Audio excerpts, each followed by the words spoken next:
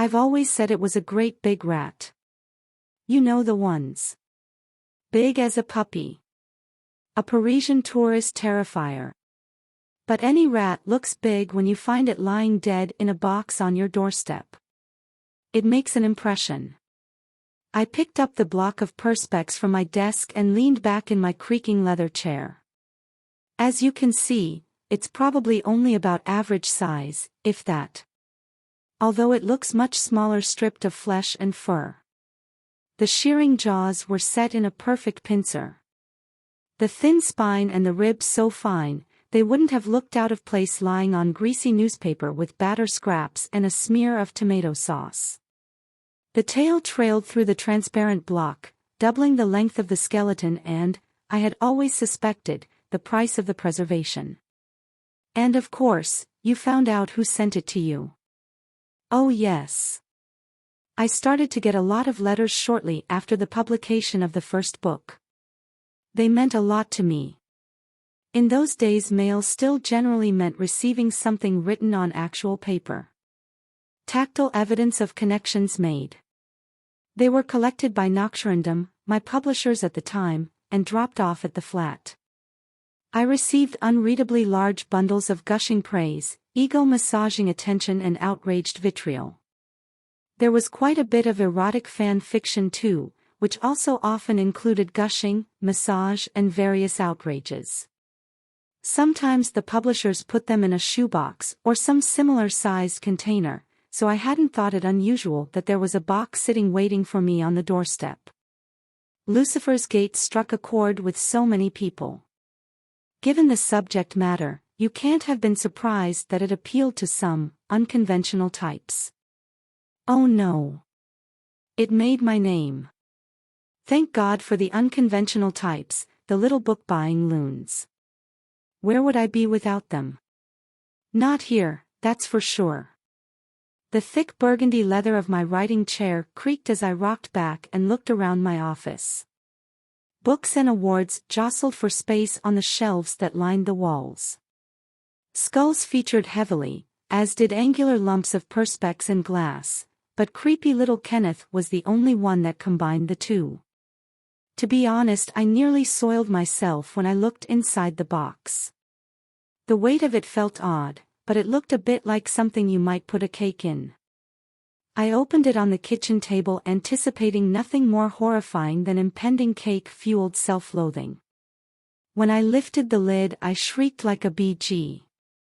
I ran to the bathroom with an urgency known only to a man who owns a single pair of jeans, and no washing machine. And look at you now. Yes. A washing machine, and a house with room to put one, has since been purchased. As has an auxiliary pair of jeans, you'll be glad to hear. So, as you prepare for the release of the 25th anniversary edition of Lucifer's Gate, is there anything you'd like to say to the person who left you the rat? Thank you. For the publicity, for the love, however oddly expressed. The fright was good for me too, always good to remember the feeling you're trying to conjure. After the success of Gate there were loads of interview requests.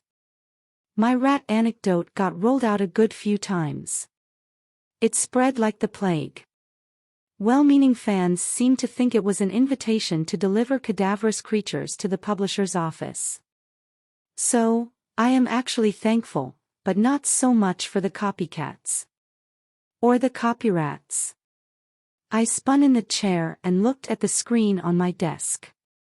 The cursor blinked at the top of an empty page. A few more things turned up at the flat. I suppose I shouldn't grumble. I got the idea for Wind in the Gallows when I found a badger in a bag for life. But then, when the donkey turned up, the only thing it inspired me to do was move house. You weren't tempted to keep any of the other presents then? No.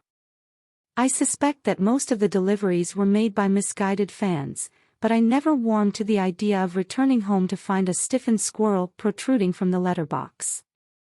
I would have needed to keep a taxidermist on retainer to deal with the amount I was sent. This place would have looked like the Natural History Museum. I had to get the RSPCA involved in the end. I donated a portion of the profits from Lucifer's swarm to them. We appealed to all of the fans to stop doing it, and thankfully they did, mostly.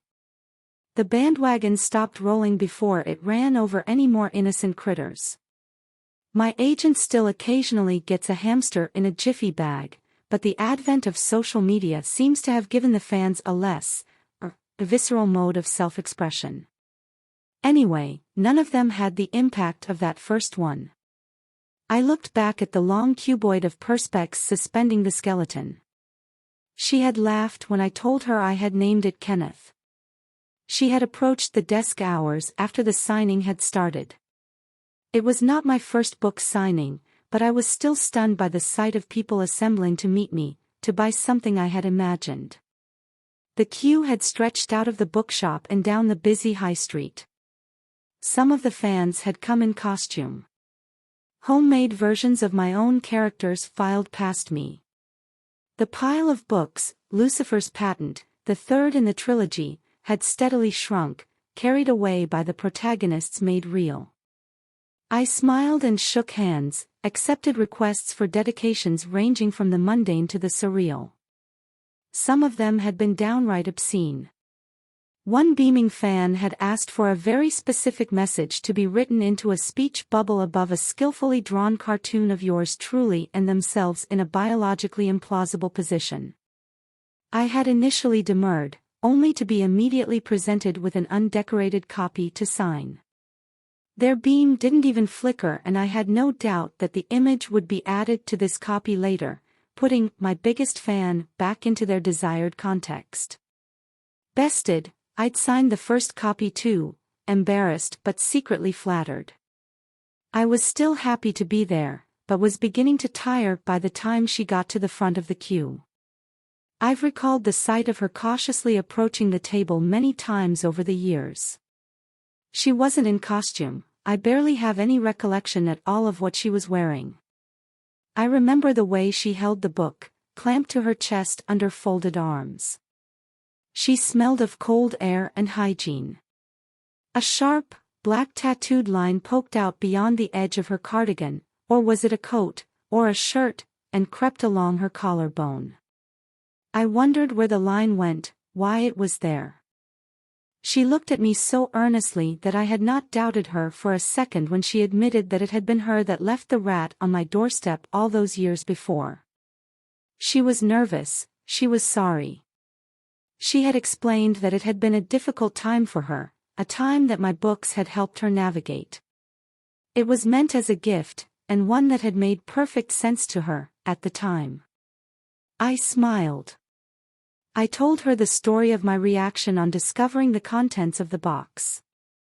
I told her about some of the more bizarre copycat efforts, but admitted that the whole affair had provided me with a ton of inspiration and interview-friendly anecdotes. She'd looked into my eyes and smiled at this. A small shy smile.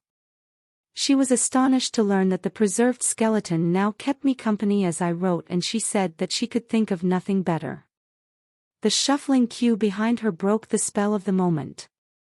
I signed her copy.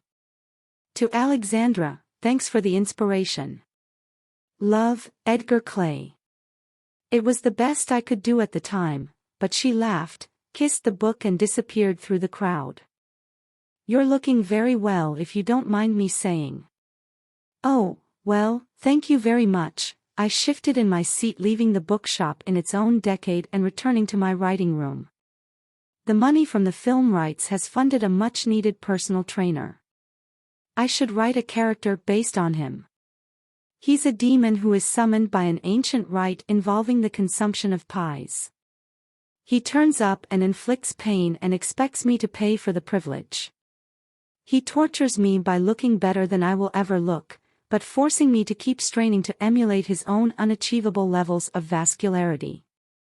It's more nightmarish than anything I've come up with before. He was here yesterday. I'm stiffer than Kenneth. So, the doyen of Gothic horror is a pretty conventional guy these days. I always was. I found the things I wrote horrifying. How could I do it if I didn't? How did I know they were scary? Because they scared the shit out of me. This thing still gives me the creeps. I picked up a sheaf of papers and dropped them over an indignant Kenneth. I'm the only person in the world who doesn't suit black. I don't drink red wine from a skull. The most horrifying thing I do is eat peanut butter straight from the jar. I keep jam in the fridge, just to be on the safe side. I have a favorite burner on the hob. I still unplug the television at night because a fireman told me it was a good idea when I was at primary school. So it must have been quite a shock when you got the letter from the solicitor. Yes, it was. I knew there were some personal troubles, there were certainly hints that that was the case, but it still came as a shock.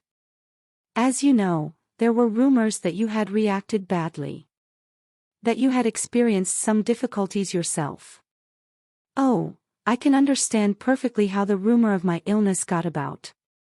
I have even heard on good authority that I had gone quite mad. The report of my insanity was an exaggeration, to butcher twain. I'd been under a huge amount of stress for a considerable time, trying to finish the last book in the series, and no sooner was it out there than the letter arrived. It was a testing time, but no, don't worry, the jam's still in the fridge. Quite a thing though, for a person to leave you their own dead body in their will. Yes, it certainly was. Quite a thing. Something of an escalation from a rat in a cake box. Up until then the only thing I'd ever been bequeathed was a great-uncle's collection of culturally insensitive figurines. There were obviously legal issues to be dealt with. About the body, not the figurines, they weren't that bad, but he was a man of his time.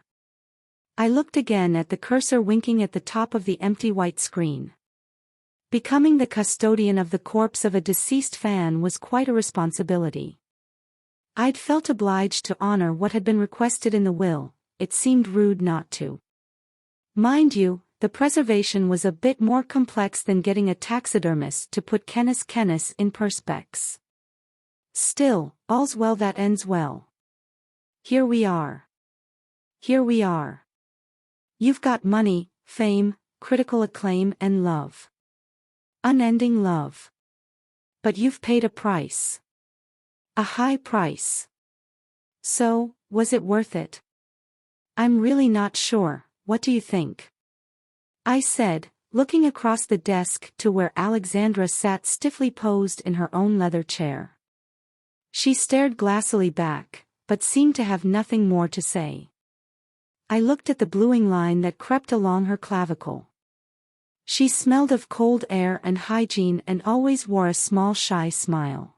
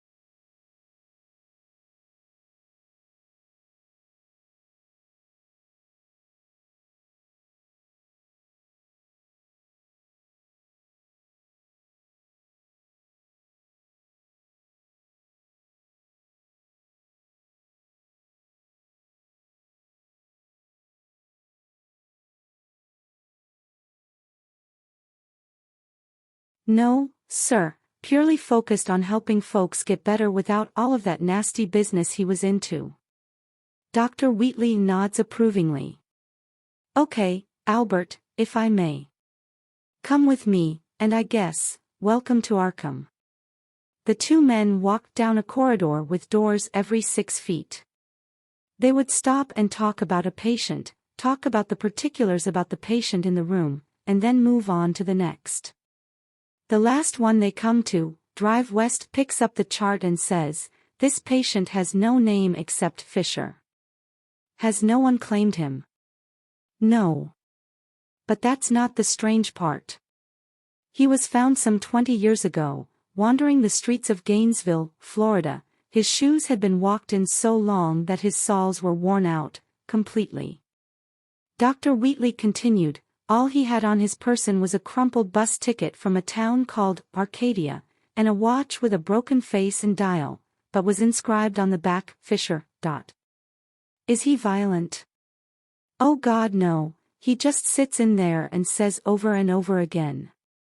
Dr. Wheatley takes the chart from Drive West and reads, oh yes, Phagan.